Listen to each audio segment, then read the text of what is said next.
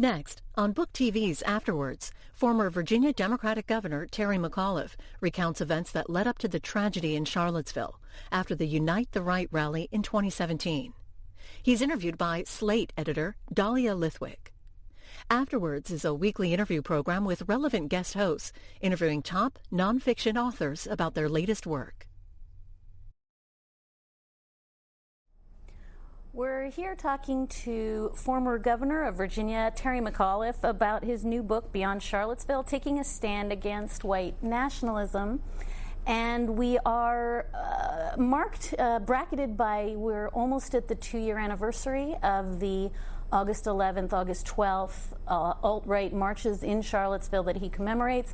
We're also just a few days out from another set of really horrifying murder sprees in America. It's a sobering thing to think that we keep thinking we hit rock bottom. I suspect we thought that 2 years ago, and we're bottoming out again. So, Governor, congratulations on the book, and thanks for making time to talk about it. Well, thank you, Dahlia. It's great to have you be here today.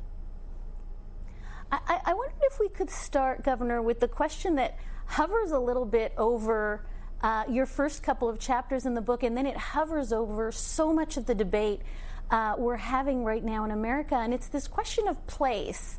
I think it's not an accident that you start the book saying that when you wanted to run for office in Virginia, people said to you, "Oh, you're from New York, you're from Florida, you're not from here." I lived in Charlottesville for 17 years. I heard you're not from here a lot. Yep. But I think it's got a funny echo, Governor, in the things that are said when people protest immigrants. You're not from here. And so you're clearly anxious about establishing that, look, I'm from here. I've lived here most of my life. Yep. I live and work here. Why are we having this conversation at all? and as my wife is quoted in the book, I've been going to the same Safeway now for 25 years. But, Virginia was a southern state. They were very proud of their heritage. I was the first New Yorker to become the governor of the Commonwealth of Virginia. But, I will tell you this, Virginia has evolved. Northern Virginia has really changed the Commonwealth of Virginia. I think now a majority now actually were not born in Virginia who actually live in the Commonwealth of Virginia today. But, it's a great state, a state of about 8.5 million people. But I thought it was important that we lay out the context of the history of Virginia and the challenges that I faced, being a New Yorker running for office. But then, because a lot of the issues, we had a horrible racist past. We were the capital of the Confederacy. It was different for me. I grew up in upstate New York. A lot of the things that I uncovered I had never thought of. I talked early in the book, one of my first events out in Harrisonburg, Virginia, I was at an event, and the body man who was with me, my aide, a tall, young African-American man, was at the bar waiting for me to finish, and a woman came up and said, you need to be careful, young man. And he said, why? Right. And she said, well, there's a KKK rally going on. And I'll be honest with you, Dahlia, I didn't even know the KKK, honestly, was still having rallies. And, an event after that, I was out campaigning with my wife, and she went up to a man and said, I'd love you to vote for my husband, gave the guy a brochure. He threw it on the ground, said, I'd never vote for your husband. He's an N lover. And those were just, listen, you can't let a few define everybody. As I say, those horrible 1,000 neo-Nazis and white supremacists who came to Virginia that weekend, we're still a nation of 335 million people. But we do have a small subset who are haters. And Donald Trump has driven those haters out from underneath their rocks. And it's so interesting because I think one of the things we're seeing even in the wake of these new El Paso shootings is this theory of replacement, right? That alt-white, white supremacist, ethno-nationalists, whatever you want to call them, the anxiety for them is that they're being replaced. And the crazy paradox is they're not from Virginia. I mean, you sort of say throughout the book, these people are flying in from Ohio and California to come to say, this is our place. It's so bizarre. And I think layered over that, saying to an African-American women, you have a moment in the park where you say these alt-right protesters are yelling at an African-American woman that they want to put her on the boat. They're not from here. Yeah. So I think it's this, big national anxiety where we go to places that aren't even our places, and then we claim that there are places and other people are pushing us out? Right. Well, and many of those, and they did come from 35 states. One of the reasons I decided to write the book, I couldn't do it as governor because I was busy. But the year after, I was thinking of running for president, so I traveled to 25 states. Wherever I went, people asked me about Charlottesville. It was really seared into their minds. And many people had thought that these were Virginians, these were citizens of the great city of Charlottesville that were doing the protesting. I said, no. They came in. They came from 35 states. Charlottesville is a beautiful community. It's a liberal bastion. I mean, these folks are terrific, and it's just a great community. And the idea that they would be somehow, involved with these folks is just nonsense. So that's one of the reasons. But you're right, this whole idea, and let's be clear, Dahlia, it is the president who fosters this, that when he ran for office, we are going to ban Muslims from coming into this country. He talked about the Mexicans being rapists and being criminals. I mean, this is his language, trying to this white nationalism that we're going to go back to a country that is all white. And I remind you that unless you were Native American, you came to this country from somewhere else. The first 3 ships came to America in 1607, came to Jamestown, Virginia. I mean, my goodness. And we are this month celebrating the 400th anniversary of the first legislative chamber in America, which was in Virginia. But also it was 400 years ago this month that the first slaves were brought to America, and they were brought to Virginia. So this is a long evolution. And my point, as you know, the president totally fumbled the ball, let America down on his speech. And I'm the one who had to go out that day and say to these folks, go home. Get the heck out of Virginia. Get out of our country.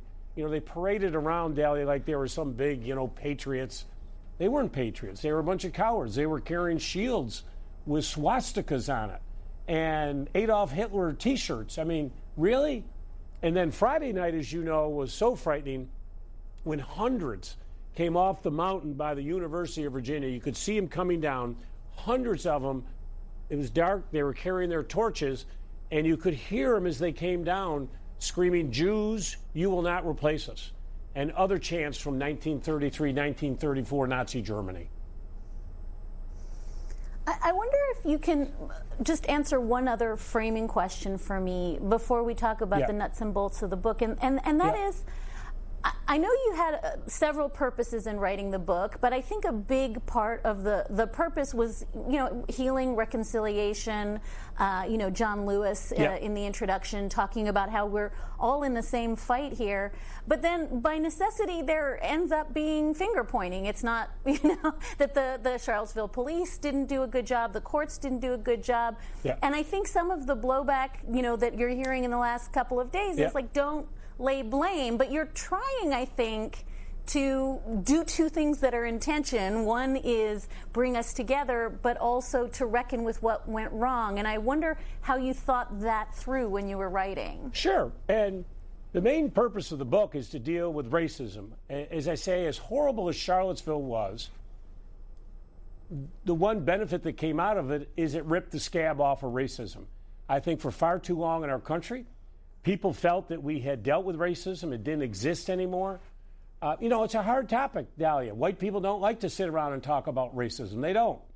They sit around on these reconciliation commissions, which I say in the book are a waste of time. But it exists in this country today, and that's why John Lewis wrote the foreword for me. He and I collaborated on the later part of the book, which says, how do we go forward? But the main thrust of what people should take from this book is that racism is alive and well. It's a sad part of our history, but it exists today, and we need to do something to stop it. And I talk in the book at length about education. We can't have a system where there are 2 different education systems.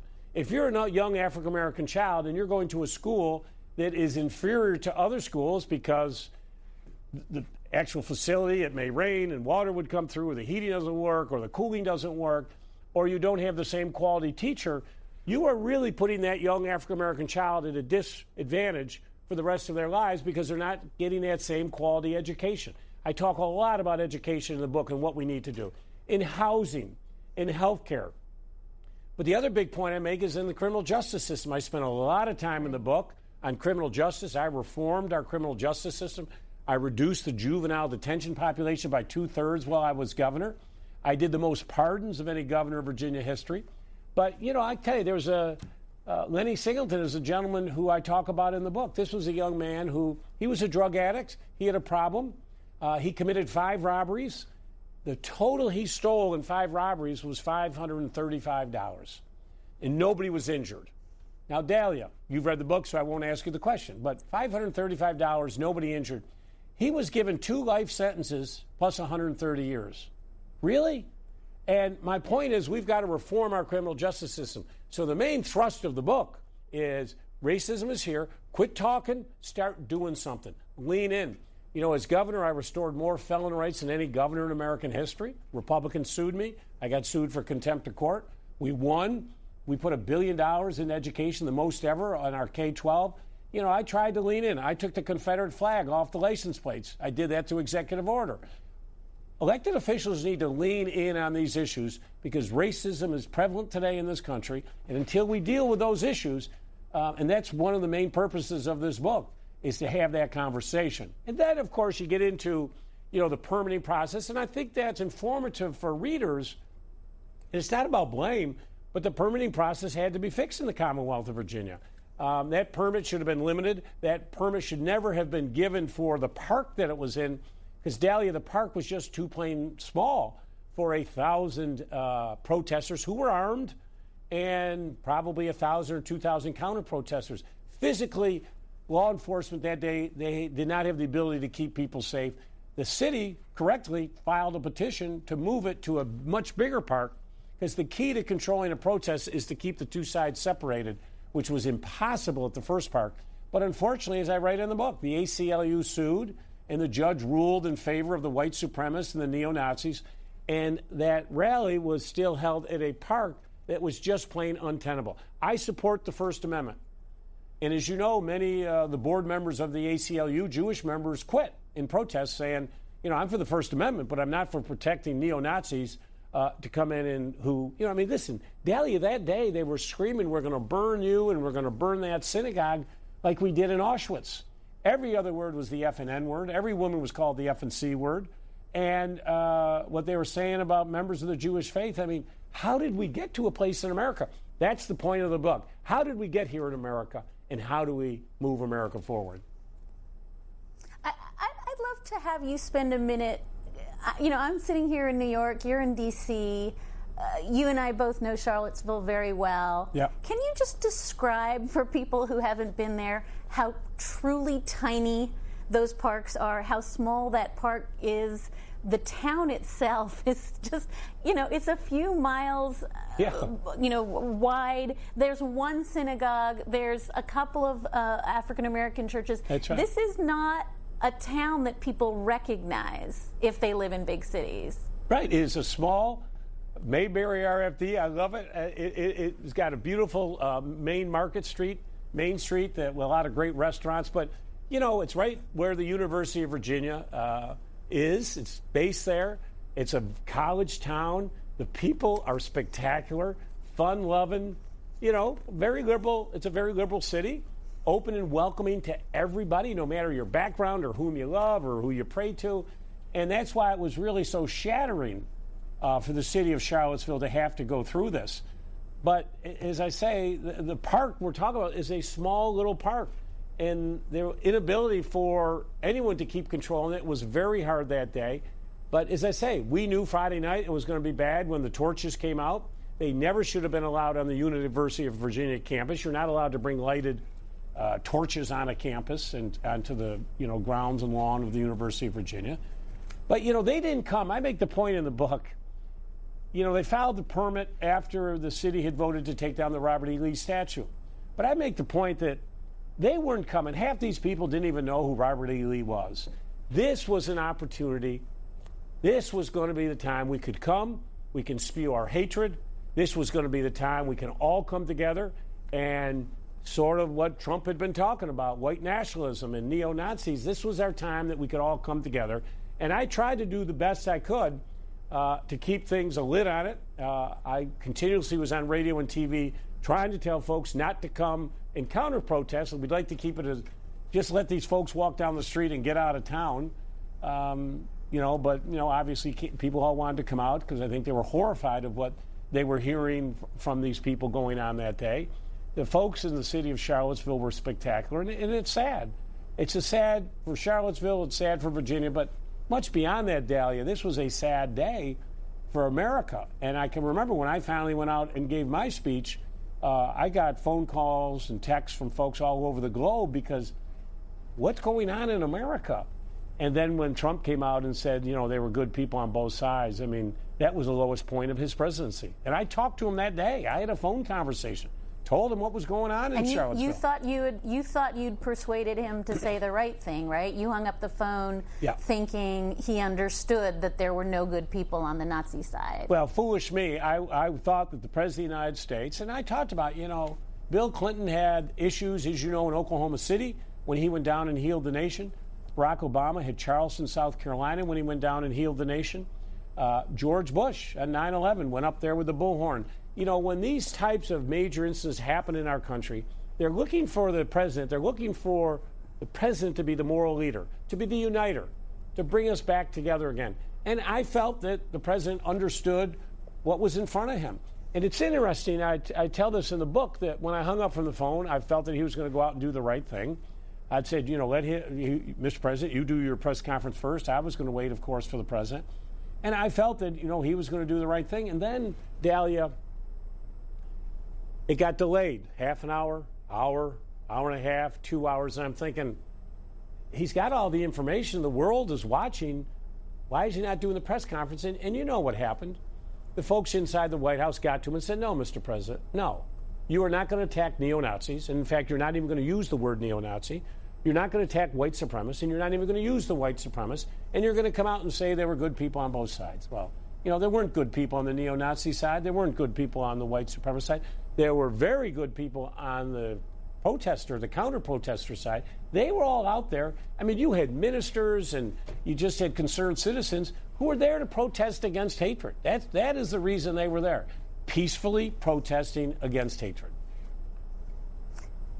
I want to ask you, because in the weeks leading up, and you mentioned in the book that this was not a one-off. People think that the August 11th events on the UVA campus and August 12th were the totality of that summer, but we had 3 other Nazi marches. We had the Proud Boys, the KKK, showed up. And over the summer, Governor, there was a real erosion of trust in the police, in the community.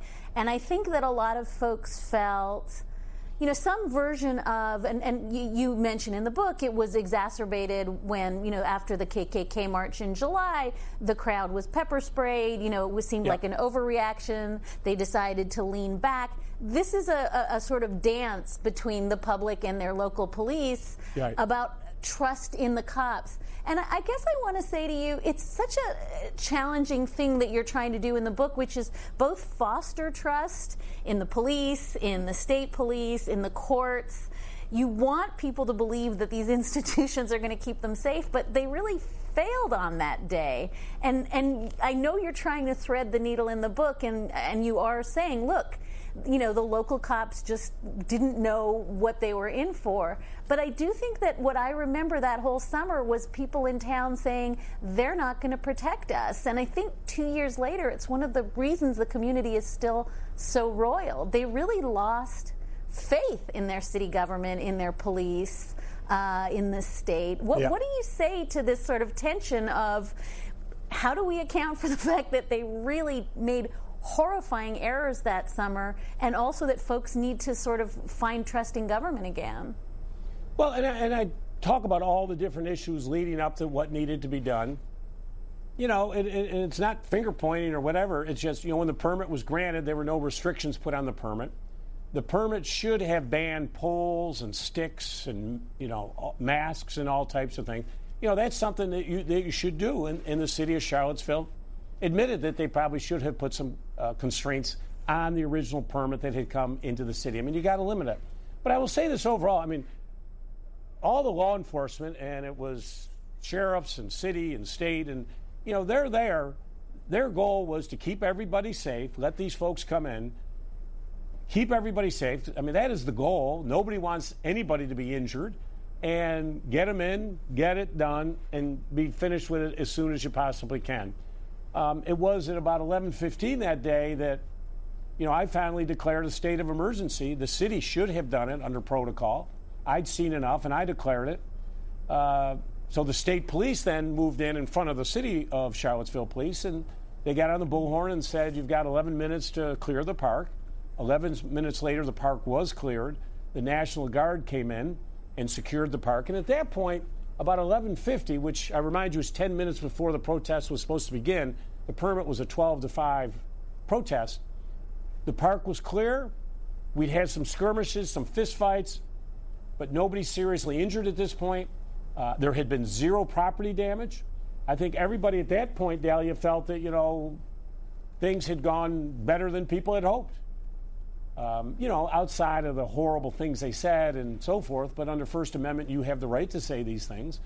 And then it was about an hour later that, as you know, that James Fields, weaponized his car, and then he ran down that street in Charlottesville and killed 32-year-old Heather Heyer and injured 35 individuals. And then it was about an hour or 2 hours after that the state police helicopter, who was doing surveillance in the air, had a massive mechanical failure and crashed, killing 2 state troopers, the pilot who had flown me as governor, and the co-pilot, who was a brand new co-pilot who had left my security detail to join that. So, it was a heartbreaking day, but I would say these folks, they were there. The intent is to keep everybody safe. That's what everybody wants. I do have some issues ahead of time in the planning and steps that should have been taken. We should, barricades should have been put up around a lot of the streets, but the city of Charlottesville police had an agreement with the neo-Nazis and the white supremacists that they would enter into one road into the park. Right. Well, guess what? They didn't honor that commitment. I don't know why you would ever believe the word of a neo-Nazi, but, second guessing is, and the point of the book is not to do that. It's to lay out factually, from my perspective, from the governor, where I was sitting, the meetings and so forth, of what actually went on. But the purpose and goal is, and I did right after did Executive Order 67 and 68 to redo the permitting process, because, in a situation like this, the city's in control. I was in a support role of the state, but we need a better mechanism of unified command so that everybody is at that table, not just one, not just the city police. Everybody is sitting there together early on in order to make these situations. And that is, what is now in Virginia as we go forward. And I changed the permitting process.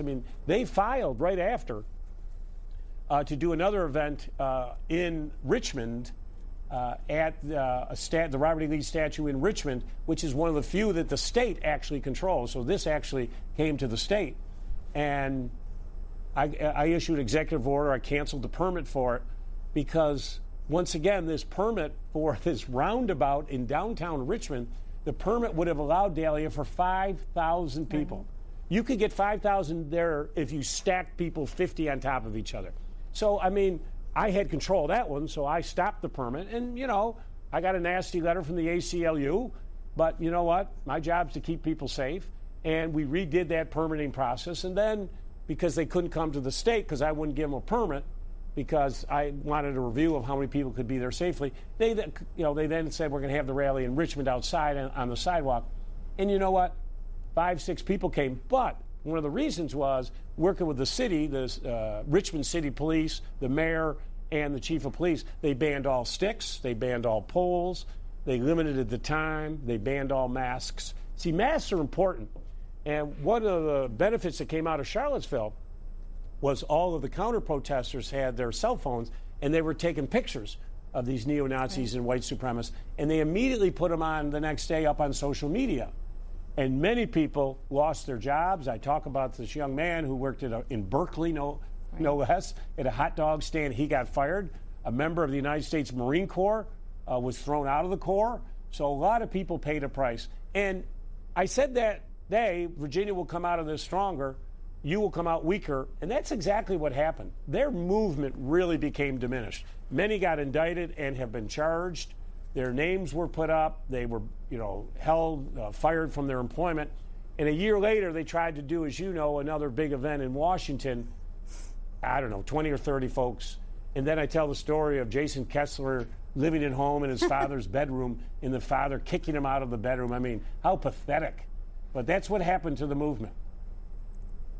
But that raises this question. You have this sort of chilling observation toward the end of the book where you say, you know, they sort of learned not to protest, and certainly we can sort of say, oh, you know, Chris Cantwell and Richard Spencer. I mean, they all seem to have run aground and in fact, as you point out, turned against each other. Yes. But there's a way in which the internet still allows this movement to burgeon and flourish. I mean, I think I absolutely stipulate that you're right, and I think that Tim Hafey did that massive study on what went wrong and, you know, how the police need to do things different. So we learned something, and I think we can stipulate that we learned a lot, which is why it was a one-off. But I think at the same time, we can't not reckon with the fact that El Paso just happened, and you know, the Gilroy Garlic Festival before that, and the Tree of Life before that. So I feel like there are two things going on. We're talking about quelling and quashing, you know, some of the worst alt-right figures, but it definitely feels as though the movement has gone from protests and marches to something more insidious. No? Good point. And what's the common denominator there? I would go back to Donald Trump. And listen, he is culpable, and I've said this consistently. He let America down that day in Charlottesville when he came out, and they were cheering him. As you read in the book, I've got the quotes, you know, from Spencer and Kessler and all that. I have David Duke in there. You know, we are continuing Donald Trump's mission to make this a white America. I mean, I have all the quotes. They're all documented in it.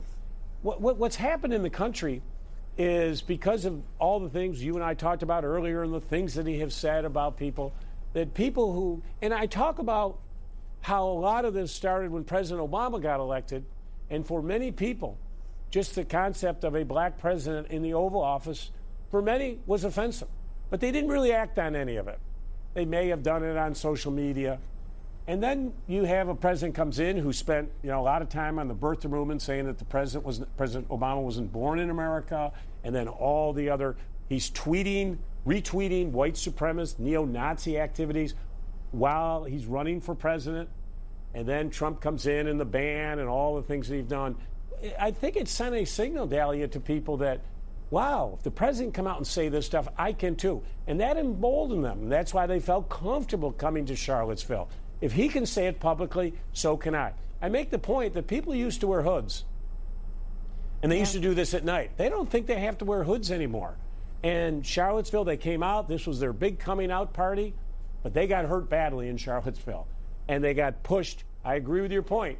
They weren't able to do another Charlottesville because they were so, injured and wounded and charged and so forth that they weren't able to do it. But it has gone now underground on the web that this person from El Paso, this killer who wrote his manifesto and literally specifically talks about, white supremacy, white identity, directly quoting, Donald Trump's tweets. So you're right. And the president, he failed us this week in his speech. I wished he had come out and opened his speech up and said, you know what? I'm sorry. My rhetoric has created divisions and hatred in this country, and I was wrong. It's time for us to come together. If President Trump had done that, he could have turned the entire corner. It would have been a seminal moment for our nation. But he doesn't have it in him. He gave this speech, which he read off a teleprompter, talked about all the hate speech out there. But Dahlia didn't even mention he's the number one out there with the hate speech. And then I wish he'd said, I'm calling Senator Mitch McConnell, the Senate leader, to come back into session tomorrow. The House voted for a universal background check 160 days ago. Bring that bill up. I want it on the floor of the Senate. I want it voted this week. That's what he could have done. But it was just words. And it's sad. And he blamed mental illness, which is terrifying games, and difficult for the mentally ill, and games and the press. I mean, you're grappling with the same thing I think we all grapple with, which is how much of this to lay at his feet and how much of this is a kind of pre-existing condition in this country that, as you point out, those Civil War statues were not built in the Civil War. They were built in the 1920s. They were built to reinforce Jim Crow. That's right. And I think there's this tricky thing that you're trying to do, which is both blame him and also understand that this predates him and will survive him. I mean, this is in the bones of this country, and I think it's one of the things, again, that you and John Lewis do at the end of the book when you try to talk about fixes independent of Donald Trump. But I did want to ask you, because I think there's a moment in the book where Mike Signer, then the mayor of Charlottesville, comes out right out the chute in February of 2017 and says, Charlottesville is the capital of the resistance. We're going to resist Trump. And you're sitting there in your office going, oh God, no, don't say this. And so I think there is always this paradox, right, of you want to call it out, you want to say this is what it is, and the travel ban was racist, and the ICE raids are racist, and at the same time, by doing that, you make yourself a target.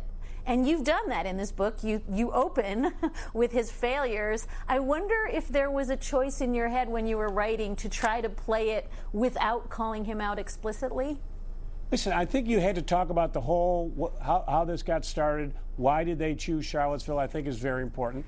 And listen, elected officials should call out Trump all the time. I do it all the time. But a city is not a center of resistance. It's not. You look at Charlottesville, it's a center of innovation, technology, UVA, and all that. But, why? I mean, the point is, why did they choose Charlottesville? They could have gone anywhere in the South, or they could have gone anywhere. I think it's important that people understand why they chose Charlottesville. It was that, and then, of course, when they took the vote to take down the statues. You mentioned the statues. I think it's important to mention that, the American Revolution started in Virginia. Patrick Henry, give me liberty, give me death speech, to George Washington and Thomas Jefferson. It ended in Virginia at the Battle of Yorktown when Cornwallis was defeated. That's a pretty big part of our history in Virginia. World War I, the war to end all wars. World War II. If you add all those up, you've got maybe a dozen monuments to all of those serious events in our nation's history. The Civil War, there are 358 statues. And many of them, as you correctly mentioned, were during massive resistance during Jim Crow. They had nothing to do with the Civil War. And, let's call it what it is. These monuments are offensive to the African American community. The Confederate flag is an offensive symbol to the African American community. I, as governor, worked very hard to make Virginia open and welcoming. I inherited a state, if you remember, we had passed the transvaginal bill, if you remember, got passed in Virginia before I became governor. They passed trap laws to shut down all our women's clinics. Very much anti-gay legislation. My goal, and I ended all that.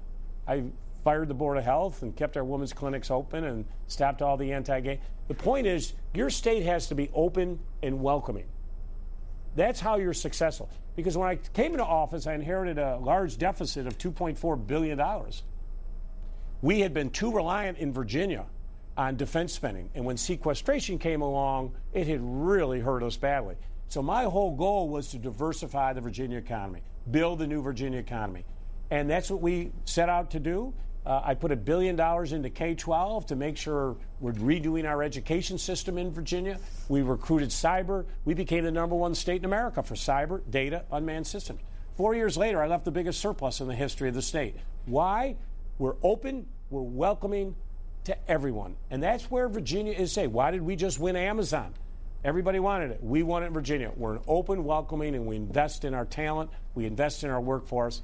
And that's why Google, Facebook, Microsoft, Amazon have all come to Virginia. And that's the point. You have to have your state open and welcoming. And offensive symbols should be taken down. We in Virginia don't allow local jurisdictions to determine what to do with their statues in their respective areas. We ought to pass a bill immediately that local jurisdictions can determine what monuments are actually in your city or county. That should be your decision, not the state decision. Right. I mean, it's worth pointing out that 2 years later, those statues are still there. And well, they have no authority. The state makes the decision. Yeah. So it's got to pass the Republican legislature, which that won't happen. That's why we got to win the legislature this year.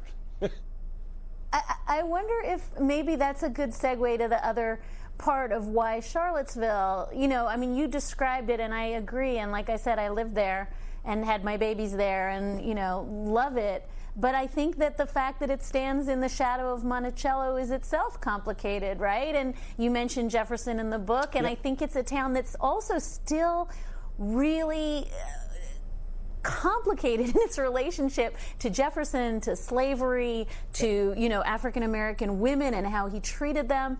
And so I think that the same thing that you're describing, which is how do you feel sort of pride in the South, pride in the cradle of democracy, and also strive to be really candid about its failings. And that's the same problem we have with the statues, right? Is that there's a point of Southern pride, and there is an argument about how the South feels about itself and about the Civil War. How do you have that conversation? How do you thread that needle, Governor, without saying you're a bunch of racist haters, which is exactly why we get into this feedback loop we're in? Yeah. And I talk about this in the book at length. I mean, listen, Virginia's a great state of 8.5 million people. And those people that I confronted when I was running for governor, they're not symbolic of who Virginia is. But every state is going to have folks. They're going to have haters and racists and so forth. But that's not who we are, and that's not how it defines us. You're right. I mean, Virginia has such unique history. As I say, the first ships came to America. They came to Virginia. As I say, this month, the first slaves, 400 years ago this month, came to Virginia. We have a very unique history in this country. I talk about Jefferson. I talk about Washington in the book. They were both slave owners. They're a part of the history. But I do think when you talk about history, you should talk about all of it. And nobody should hide who we are, where we've come from, what our leaders were like, and the issues that they had. That's, part of who we are. But, you look at America today, we're such a great mosaic tile of immigrants. And I always say this with Trump, unless you were Native American, you came here from somewhere else. And this idea that, this is our place. I mean, we're a country that got built. It's a great country, but we're as strong as the people who live here, and the immigrant community has only made us stronger. And that's why it's really sad of what Trump has done to attack the folks who have moved here. My 1857 Bartholomew McAuliffe came from Ireland, came over to the United States of America. Thank goodness he did. But we have a very unique history, and Virginia is a great state. But, we've got to deal with the issues of the past, and that's why, as I say, on the issue of the Confederate flag, I banned it through executive order, and we ought to do something about these statues because you don't want anyone living in your community who feels offended. You want to be open and welcoming. After the Supreme Court ruled, I was proud. I was the first governor to perform a gay marriage. That's who we are today. I restored more felon rights than any governor in American history, and I got sued for contempt of court. The big part of the book at the end is you got to start doing something. Quit talking. Lean in. And that's a big part of the end of the book. And we've got to move past, reconciliation commissions. I talk about our waste of time, a bunch of white people sitting around feeling good about themselves. Do something. But racism exists. Charlottesville ripped the scab off. We now have a real opportunity going forward to deal with these issues and solve them. I wonder if you'd talk a minute about the gender piece of this, Governor, because I think it probably doesn't warrant saying, but I'll say it again, just overwhelmingly the white supremacists and Nazis that marched in Charlottesville were men. The perpetrators of all these hate crimes, these domestic hate crimes we're seeing, the mass shootings are men. You don't talk about it a lot in the book, but I do know that you think about it, you talk so tenderly about having to tell your daughter about the loss of family friends. I wonder how gender fits into this conversation about, we're talking about sort of Southern pride, we're talking about unreconciled ideas about the Civil War, and we're talking about racial hate and displacement, but somewhere in there's a real problem with male violence, and I wonder if you could speak to that a little bit. No, that's a good point, and to be honest with you, it's something I hadn't thought about.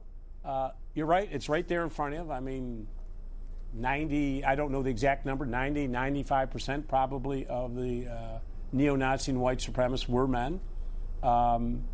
this macho image of them, marching down the streets screaming. It sort of fits for where these people want to be. It's a good point to make, but we've got to deal with it. And the question I have is, how did these men get in this position that they actually think like this? I mean, Dahlia, you're not born this way.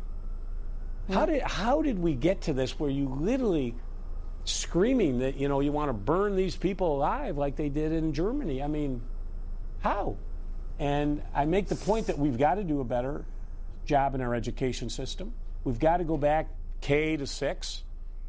Early on, we've got to start teaching, talking about these issues much earlier than we've done it before. And we don't do a good job in our education system talking about diversity, inclusion, openness, and so forth. We don't.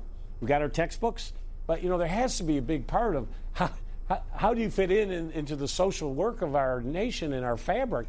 How is it that we deal with one another is, to me, is as important as, your math class or your English class and so forth, and we don't. And I do think, and so I, established several commissions after Charlottesville, one my diversity commission, and a lot of the recommendations for that are really on education. We've got to begin earlier dealing with young people. And a lot, as you know, also happens at home. Because, as I say, you're not born this way. At some point, it evolves, and we've got to get at the root problem earlier. What would you say? I know that Charlottesville is still in pain 2 years later, and still, working through so much anger. I know you've heard some of it even around the book in terms of mistrust of the police, mistrust of the system. What would be the thing, in your view, if you could sort of magic up something to move forward? Is it just, you're describing so many programs and policies trying to be more inclusive, more big-hearted. Is it just going to be a function of at some point saying we need to do the next thing? How do we get past what feels like just a very, very bruised and angry city even 2 years later? And it's hard for the citizens of Charlottesville because, as I say, the idyllic community, this is so outside of how they think, and I think that's what really was so shocking to it. But what we have to do, as I say, we have issues in Charlottesville on schools and teachers and so forth. Nobody is exempt from this. So I try to take any situation that I've had, any negative situation, and I try to make a positive, into what we can do next. And I think the folks in Charlottesville, just like anywhere else, lean in on these issues on education and affordable housing. Are people being taken care of? Are some of the folks who came to my book event the other day to address the issue that there are still people who were impacted and were hurt and still haven't had medical care? That's the first I'd heard that. Well, that's tragic. Anybody. And that's one thing as a community we can all, not just Charlottesville, all of us in Virginia, but we got to make sure everybody who was physically harmed that day that we're doing everything we possibly can with care. But the other big issue, as I say in the book, in Charlottesville, we've got to start doing something. Elections matter. I don't want to make today political. The biggest thing we can do to heal the nation is to get rid of Donald Trump. Because no, but honestly, I don't blame him for specific acts, Dahlia, but I do, he's culpable. Think about this. As I mentioned before, you had Obama and Bush and Clinton address the nation in a real crisis.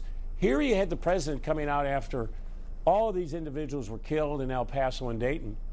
It's the first time in our history that the president went out to give the speech that he was actually a player, in a sense, in the events that actually happened.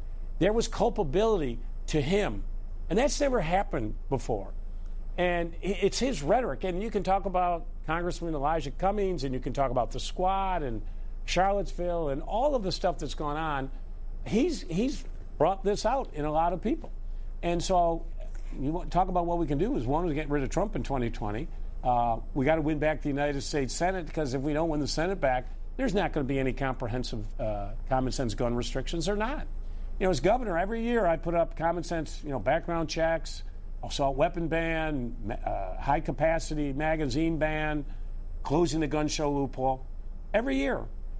And every year they died in a Republican subcommittee at 8 or 6:30 in the morning with no recorded vote. I mean, 95% of Americans today are for background check, universal background checks. I mean, how hard is this? So if you really, to me, you know, and they've been dealt a blow, the neo-Nazis and the white supremacists, to me, the real big change in how we can really heal this process is to turn the corner and elect a Democratic president who will lead on healing and bringing our nation back together again, defeating Trump and winning the Senate. And then many of the things with these guns, we can start dealing with these issues. But more importantly, to have a national leader who we're all one together and talking more about unity than disunity. Can you describe, there's a really, to me, heartbreaking part right toward the end of the book, Governor, where you're talking to Heather Heyer, the paralegal who's killed tragically by Fields with his car. And you're talking to her mom, and she describes a sense of faltering urgency in America, that people don't have that, you know, if you're not mad, you're not paying attention sense anymore, that we've grown a little bit numb. And I wonder, you know, I think about this all the time. You know, you start the book with the travel ban. People go out to the airports. You go out to the airports. You know, everybody is riled up. They're fired up. And there seems to be a creeping numbness that, you know, it happens again, it happens again, it happens again. Yeah. We can't be dialed up to 12 all the time, and yet here you have this woman who is, you know, the person who literally gave her life to protest, and her mom is saying we're all falling asleep. And I wonder, what do you say to people who are just trying to live their lives, do their shopping, raise their kids, and they're just tired of being angry all the time? Yeah, and I hate to say it, you can't just think about you're going to go about your everyday life. Those folks in Walmart in El Paso were going about their everyday life. The folks in Dayton were going into Pepper's Bar, going about their everyday life, going and having a beer and having a good time. But look what happened. So I guess what I'm trying to say is, you know, the ordinary life, as long as we have this hatred out there, these divisions, that's what I talk about in the book. Everybody has to lean in. As long as we have a president today who continues to do what he does to bring out this hatred in people, your everyday life is going to be challenged. You don't know next time you go into a grocery store or a bar or wherever you may go that there's someone out there lurking, you know, with an AK-47. And that's sad for our country. But, you know, we can fix it. And Susan Bro was in the book a lot. I talked to her, and, you know, she had all the manuscripts. I mean, she is a really special woman. She lost her daughter. She talks about the night before she had dinner with her daughter. And she talks about, it was interesting that Heather gave her an extra long hug that night. Right. And Susan never in her wildest dreams, never thought for a second, because at that point, Heather was thinking of not going to the protest, and then the next day with some of her friends, she decided to go. Susan never in her wildest dreams ever thought this would be her last hug. But then, you know, then the tragedy with Heather, and then, you know, the memorial service where Susan Bro got up there and he just did a call out to America. And she has continued. She has a foundation now. She's traveling around the country. Heather Heyer's death can't be in vain. As Susan has said, it has to be a rallying cry. Do something. Get out there. And, you know, she's continuing. We all need to do it. We've got to move forward for the sake of our kids. And when you say do something, I want to go back to the place you start, because you talk about voting.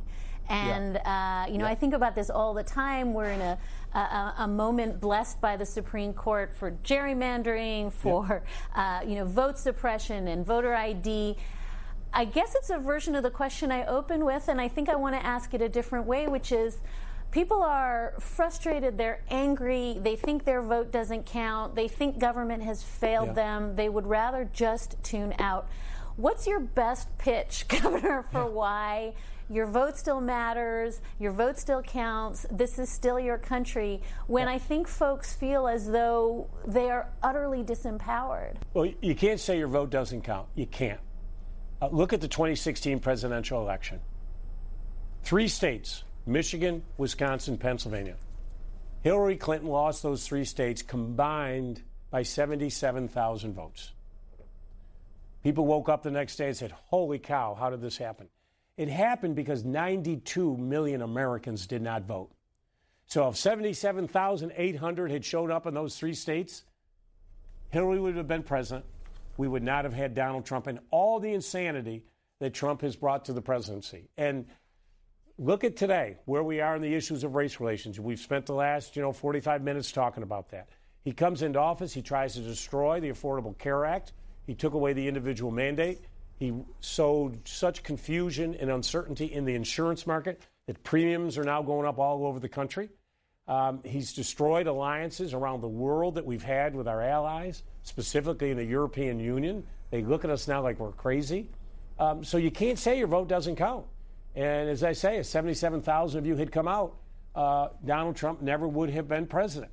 But I'll give you another case in point. And so in 2017, we have our House of Delegate elections in Virginia. We have, for control of the chamber, we have one election that is a virtual tie. A tie.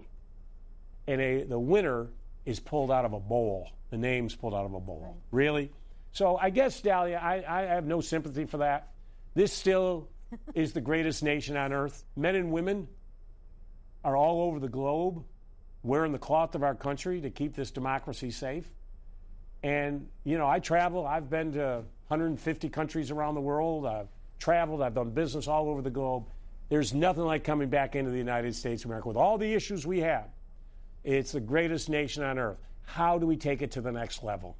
And I'm a half-glass full guy, and we can do this. Trump is really trying to take the water out of the glass, but we cannot let him do it. Every day it's a new channel. We can't let him get us down. This should get us more mobilized. But I am optimistic. In 17 of those elections, Virginia, we had the biggest pickup of Democrats in 140 years. In 2018, we won the House of Representatives. We netted 7 new governors. We picked up 8 new state chambers. Part of that 92 million realized, boy, oh boy, yeah, I made a mistake and I'm going to go out and vote. But we have to, listen, they're making it harder for you to vote. Shutting down early vote days and taking name off of ballots. This is something I've fought for my whole life. I started the Voting Rights Institute when I was chairman of the Democratic National Committee back in 2001 because of the disenfranchisement of African-American voters. As I said, I restored more felon rights than any governor in American history.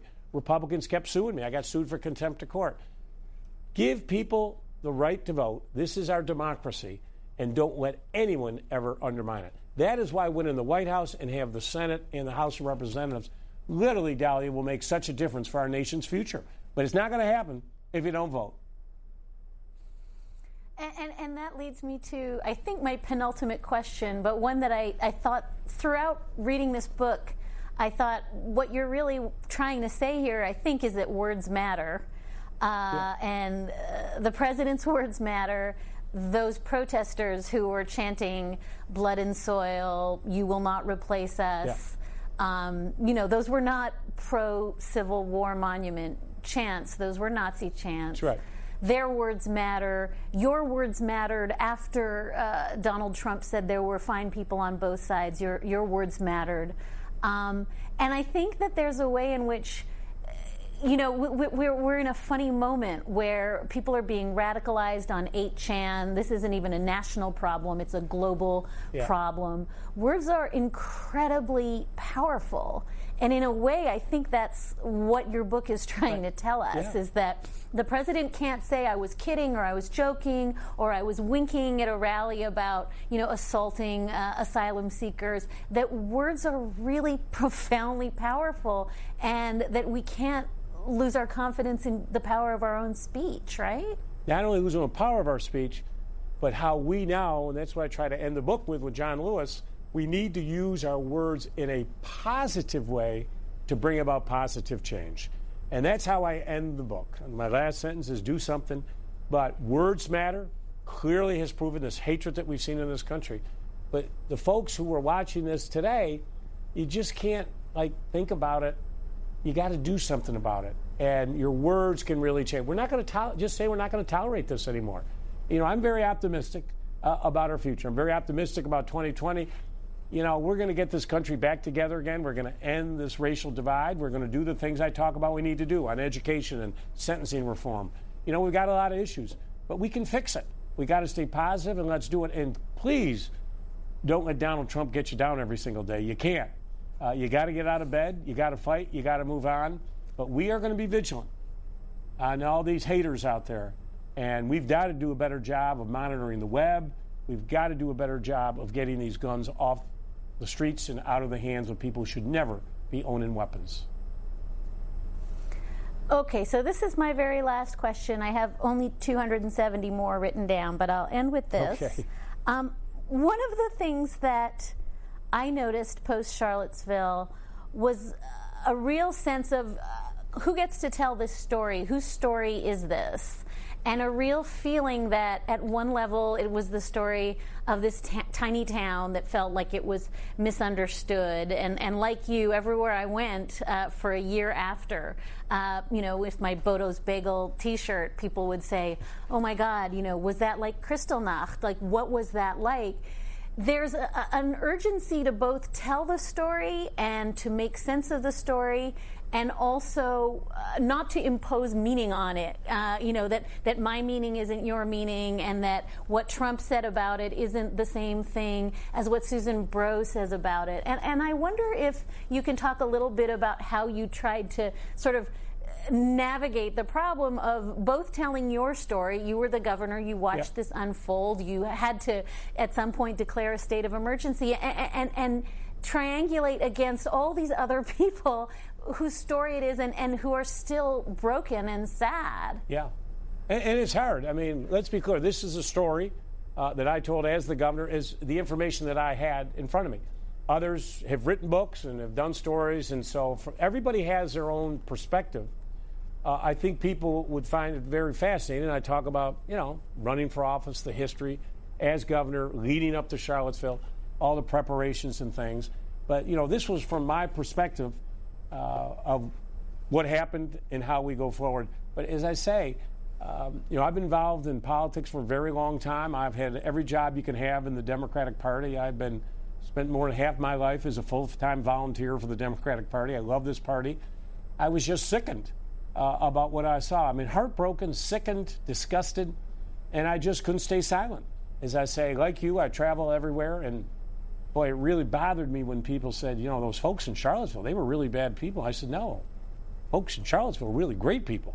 It's the people who came in from those 35. There was just a lot of misperceptions, which I think is important that everybody gets cleared up.